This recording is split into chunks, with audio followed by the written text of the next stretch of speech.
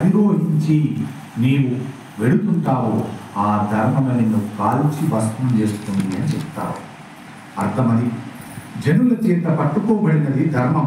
దేశము కాలము ఈ రెండింటి మీద ఆధారపడుతుంది. అందుకే అది దేశకాలములకు కట్టుబడి ఉంటుంది తప్ప అన్ని వేళలా ధర్మం ఒకేలా ఉండే అవకాశం ఉండదు.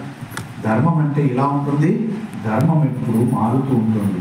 అంతేకాని ధర్మం ఎప్పుడు ఒకే రకంగా ఉండదు. ధర్మం మారుతుంది. ఏమిటి?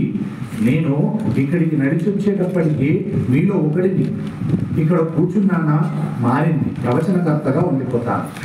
ఇక్కడ నుండి మళ్ళీ లేచానా మీలో ఒకటిని అవుతాను.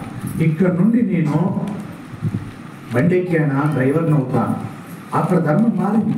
ఇక్కడ నుండి ఇంటికి వెళ్ళానా నా భార్యకు భర్తను అవుతాను, నా పిల్లలకు తండ్రిని అవుతాను, నా తల్లిదండ్రులకు కుమారుని అవుతాను. ఒక్కడిని. ఇక్కడి ధర్మం మారుతూ ఉంటుంది. అలాగా ధర్మము దేశకాలాల ఎందుకు ఎప్పుడు కాలం ముందు మారుతూ ఉంటుంది. అలా మారేదాన్నే ధర్మము అంటారు. కానీ మన ప్రారంభం ఏం జరిగిందంటే ఎప్పుడు ధర్మాన్ని ధర్మం వైపు తీసుకెళ్ళమని, ఎప్పుడు అధర్మం వైపే మారుస్తూ ఉంటాం. ఏమిటి? నేను నేను నేను నేను ఇదే ధర్మం తెలుసు మనకు. ప్రతి విషయంలో నేను నేను నేను నేను ఇది తప్ప ఒక్కొక్క విషయం తెలియదు. ఇది మారాలి, మార్చుకోవాలి. ఎక్కడికి వెళ్తే అక్కడ ధర్మాన్ని పెట్టుకోవాలి. భార్య ముందున్నావా భర్త ధర్మం. ఒక భార్య ఒక వ్రతం చేసుకుంటుందా అక్కడ భక్తురాలి ధర్మం. భర్త దగ్గరికి వెళ్ళిందా భార్య ధర్మాన్ని పాటించాలి. పిల్లల దగ్గరికి వెళ్తే తల్లి ధర్మాన్ని పాటించాలి. దేవాలయానికి వెళ్తే భక్తురాలి ధర్మాన్ని పాటించాలి తప్ప ఆమె కలెక్టర్ అయినా పర్లేదు, భర్త దగ్గరికి వెళ్ళిందా భార్యగా ఉండిపోవలసిన ధర్మాన్ని పట్టుకోవాలంతే. నేను కలెక్టర్ను, మీ ఇంట్లో కూడా కలెక్టర్గానే ఉంటానంటే ధర్మము కాదది. నీ పిల్లల దగ్గర కూడా కలెక్టర్గా ఉంటానంటే అది ధర్మము కాదది. నీ హోదా పోయిందా? కుర్చీలో కూర్చున్నంతసేపు నువ్వు కలెక్టరు. ఇంటికి వచ్చావా నీ పిల్లవాడికి నీవు గోరు ముద్దలు తినిపించాలి. నీ పిల్లవాడు నీ మీద మూత్రం పోస్తే కడుక్కోవాలి, సహించాలి, సహనంతో ఉండాలి. అంతే తప్ప నేను కలెక్టర్ రా నా మీద వస్తావు అని పిల్లవాడిని కొట్టావనుకో అది ధర్మం కాదు. భర్త దగ్గరికి వచ్చేసరికి ఇంకో మాట అనొచ్చు, నేను కలెక్టర్ని, మీరు ఎప్పుడు కిందనే కూర్చొని ఉండాలి. కలెక్టర్ అంటే డిస్ట్రిక్ట్ అధికారి, జిల్లా అధికారి. కాబట్టి నీకు కూడా అధికారిని నేను. ఇంటిలో కూడా నేను కలెక్టర్నే. కూర్చో కింద అన్నది అనుకున్నాను. భార్య ధర్మం ఎక్కడుంది? లేదు. ఇంట్లోకి రాగానే ఎంత హోదా ఉన్నదని పక్కన పెట్టి వెళ్ళి చక్కగా వంట చేసి భర్తకు కావలసినవన్నీ చేసి పెట్టి, పిల్లలకన్నీ కావలసిన చేసి పెట్టి, పిల్లలకు తల్లిగా మారాలి ధర్మంలో, భర్తకు భార్య ధర్మమై ఉండాలి. నీకు ధర్మం మారిందా లేదా? మళ్ళీ ఫోన్ వచ్చిందా మేడం అనగానే మళ్ళీ కలెక్టర్ హోదాలకు వెళ్ళిపోతారు. అలా మారేదాన్ని ధర్మము అంటారు. ఉన్నది ఒక్కటే వస్తువు కానీ మార్పు చెందుతూ ఉంటుంది. ధర్మము ఎప్పుడు ఒకేలాగా ఉండదు. సత్యం ఎప్పుడు ఒకేలాగా ఉంటుంది. మారనిది ఏదైనా ఉంది అంటే సత్యం, మారేది ఏమైనా ఉంది అంటే ధర్మం. భూమి మీద మిగతా ఏది లేదు. ఇక మార్పు చెందేది ధర్మం, మార్పు చెందని సత్యం. సత్యం ఏమిటి? సత్యం మీరు ఒక కాకరకాయ గింజను తెచ్చారు, భూమిలో పెట్టారు, ఏమొస్తుంది? కాకరకాయ మొక్కనే వస్తుంది. చిక్కుడుకాయ మొక్క రాదు కదా, అది సత్యం అంటారు. మారదు. మారదనేది సత్యం.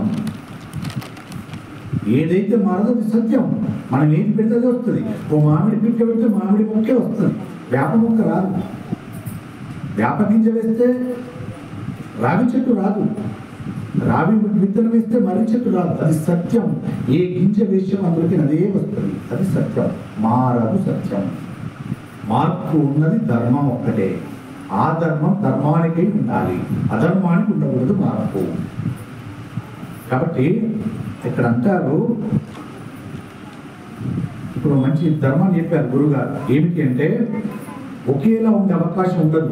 ఏకాదశి నాడు ఉపవాసం ఉండడం ధర్మం, ద్వాదశి నాడు ఎంత తొందరగా వీలైతే అంత తొందరగా అన్నం తినడం ధర్మం. ఇక్కడ ఏకాదశి యొక్క ఉపవాసం ఉండేవాళ్ళు ఎవరు ఉన్నారు? ఏకాదశి ఉండేవాళ్ళు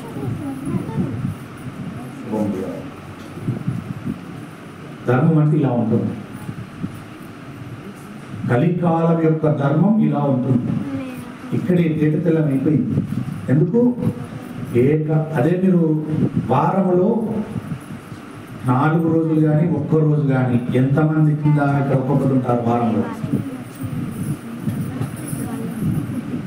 ఇంకా చాలా మంది ఉన్నారని చేతులు అవట్లేదు. వారంలో ఎక్కువ మంది ఒక్కొక్కరు ఉంటారు. కానీ ఏకాదశికి వచ్చేసరికి ఎంతమంది అంతా లెక్క పెట్టుకోలేక 10 మంది కూడా లేదు, 5-6 ఉన్నారు అంతే ఏకాదశికి ఉండేవాళ్ళు. కలియుగ ధర్మం ఎలా ఉంటుందంటే ఒక్క పాదం మీద నడుస్తుంది కలియుగ ధర్మం. అందుకే ధర్మాన్ని పట్టుకున్న వాళ్ళు 10 మందిలో ఒక్కరే ఉంటారు, 100 మందిలో 10 మంది ఉంటారు, 1000లో 100 మంది ఉంటారు, ఇంకా 900 మంది అధర్మంలోనే ఉంటారు. ఇప్పుడు 900 మందిని ఇటువైపు నిలబెడితే వాళ్ళదే మెజారిటీ ఎక్కువ ఉంటుంది, 100 మంది ధర్మం ఉన్న వాళ్ళు తక్కువ మెజారిటీ ఉంటుంది. ఇప్పుడు ఒకడు కొత్తగా వచ్చాడు, ఎందులో చేరుతాడు? మెజారిటీ ఉన్న దాంట్లో చేరుతాడు. తక్కువ మంది ఉన్న చేరుతాడా? చేరడు. అంటే అర్థం నాకు ధర్మం అక్కర్లే, ఎక్కువ మంది ఉన్నది నాకు కావాలి. పెద్దలు ఒక మాట అంటారు, నలుగురు నడిస్తే బాట అవుతుంది అన్నారు. కానీ ఇప్పుడు నలుగురు నడిచే బాట అధర్మంతో కూడుకున్న బాట. దయచేసి పట్టుకోవాలి మనం అందరం కూడా. ఇప్పుడు నలుగురు నడిచే బాట అధర్మంతో కూడుకున్న బాట. ఒక్కడు నడిచేదే బాట ధర్మమైన బాట. అది బాగా పట్టుకోండి. ఈ నాడుని తొలగించండి. 10 మంది నడిచే దారిలో నేను నడుస్తాను అనకు. 10 మంది నడిచే దారి అధర్మమే. ఏమిటా దారి? గ్రామంలో తీసుకెళ్తే ఆదివారం తినద్దు అన్న వాళ్ళు 10 కుటుంబాలు ఉంటాయి, తినే కుటుంబాలు 100 కుటుంబాలు ఉంటాయి. ఇప్పుడు అప్పుడు వచ్చి అడిగితే ఏం చెప్తారు? అయ్యా 100 మంది తింటున్నారు, వాళ్ళు తినగలేదు, నేను నీ దగ్గరికి ఎందుకు వస్తాను? నీ దగ్గర నువ్వు తినేవాడి దగ్గర ఉంటాను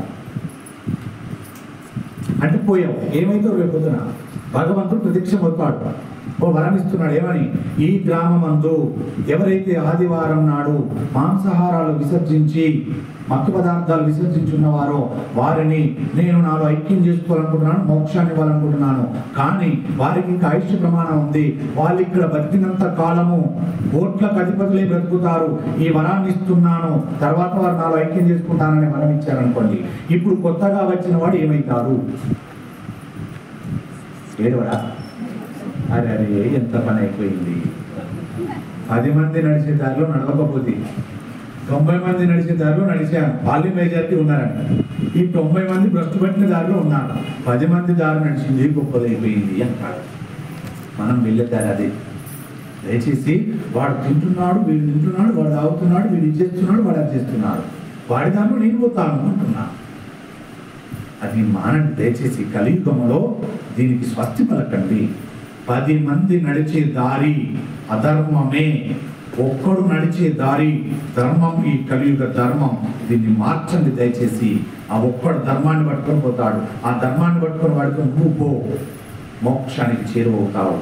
10 మంది నడిచే దారిలో ఖచ్చితంగా గోతిలోనే పడతావు. గోతులు ఉన్నాయి ముందట, అప్పటిదాకా ఇక తెలియదు.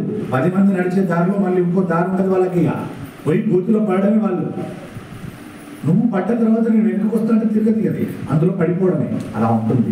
ఏకాదశి రోజు ఎవరైతే ఉపవాసం ఉంటున్నారో, ఒక్క పొద్దు అనరు ఏకాదశిని, ఒక్క పొద్దు అనరు. ఒక్క పొద్దుని మీరు పెట్టుకున్నారే, రోజు ఉండేదాన్ని, దాన్ని ఒక్క పొద్దు అంటారు. అది దేవుడికి చెందబడదు, దేవుడి కోసం ఉండేది కాదు ఒక్క పొద్దు. ఉపవాసం ఉండేది దేవుడికి చెందుతుంది. ఆ ఉపవాసం దేన్ని అన్నారు అంటే, శాస్త్రంలో ఎక్కడ కూడా ఒక్క పొద్దు ఉండు అని ఎక్కడ చెప్పలేదు శాస్త్రము, ఏ గ్రంథాలలో లేదు. ఉపవాసం అని మాత్రమే ఉన్నది. ఉపవాసం అంటే మీ అందరూ తెలుసు, ఉప అంటే దగ్గర, వాసం అంటే దేవుడికి దగ్గరగా వాసం చేయండి. అది ఎప్పుడు చేయాలి? ఏకాదశి రోజు నాడు చేయమని చెప్పింది శాస్త్రము. ఎలా చేయాలి? నీ శరీరం సహకరిస్తే నీళ్లు కూడా నీ నోట్లో పోయకుండా ఉంటూ ఉపవసించు. ఎలా? ఉపవసించమన్నామని ఏం చేస్తాం? అన్ని పనులు చేసుకుంటూ ఉంటాం. ఆ రోజు కూడా అన్ని పనులు చేస్తే ఏమవుతుంది? అలసిపోతావు, శక్తిహీనులు అవుతావు. అలా కాకుండా ఏం చేయాలి? ఏకాదశి రోజు నాడు నీవు పరమేశ్వరుడు అంటే నీ ఇష్ట దైవాన్ని స్మరణ చేస్తూ ఉండాలి. ఏకాదశి రోజు ఉదాహరణకు నాకు శివుడు అంటే ఇష్టం, నేను ఏకాదశి రోజు ఉంటాను. కానీ నేను నారాయణ నారాయణ అనాల్సిన అవసరం లేదు, గోవిందా గోవిందా అనాల్సిన అవసరం లేదు. ఈ ఏకాదశిలో కూడా నేను శివ శివ శివ శివోహం శివోహం శివోహం అనుకుంటుండొచ్చు. శ్రీ మహావిష్ణువు సంతోషపడతాడు, వారికి భేదాలు లేవు.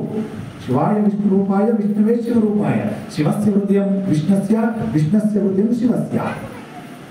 అంతే. అంతే తప్ప వీరు ఏం కాదు. ఆ రకంగా కూడా నేను ఉపవసించాను ఆ రోజంతా.